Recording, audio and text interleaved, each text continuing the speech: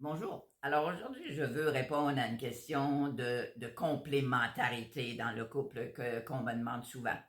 Euh, Voyez-vous, l'idée dans un couple, dans le fait d'une relation, c'est un travail, dans le fond, qui est plus spirituel qu'autre chose. Alors, c'est la rencontre de deux âmes, c'est la rencontre de deux personnes qui ont chacune leurs deux polarités, c'est-à-dire féminine, masculine, yin et yang.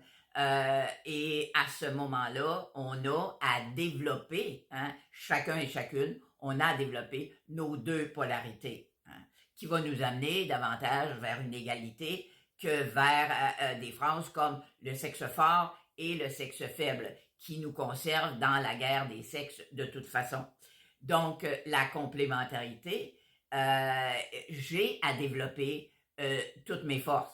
Les femmes ont eu à le faire beaucoup plus que les hommes parce que, bon, évidemment, il y a eu la Révolution tranquille. Les femmes ont dû se battre pour leur droit de vote. Les femmes se sont retrouvées très, très souvent monoparentales, donc également à la maison et au travail. Elles ont eu à développer beaucoup plus leurs deux polarités, alors que les hommes, en général, sans faire de pourcentage important, les hommes ont pu garder simplement le côté homme et chercher des femmes qui pouvaient les compléter. Bon, alors, dans ce sens-là, il y a peut-être eu moins d'évolution et par contre, ils se sont amenés à un temps où les femmes ont commencé à exiger ou à choisir ce qu'on appelait des hommes roses, c'est-à-dire des hommes qui étaient capables de développer autant leur côté émotionnel que leur côté mâle, on va dire ça comme ça. Donc, on a davantage à travailler à se compléter soi-même qu'à essayer de trouver quelqu'un qui va nous compléter.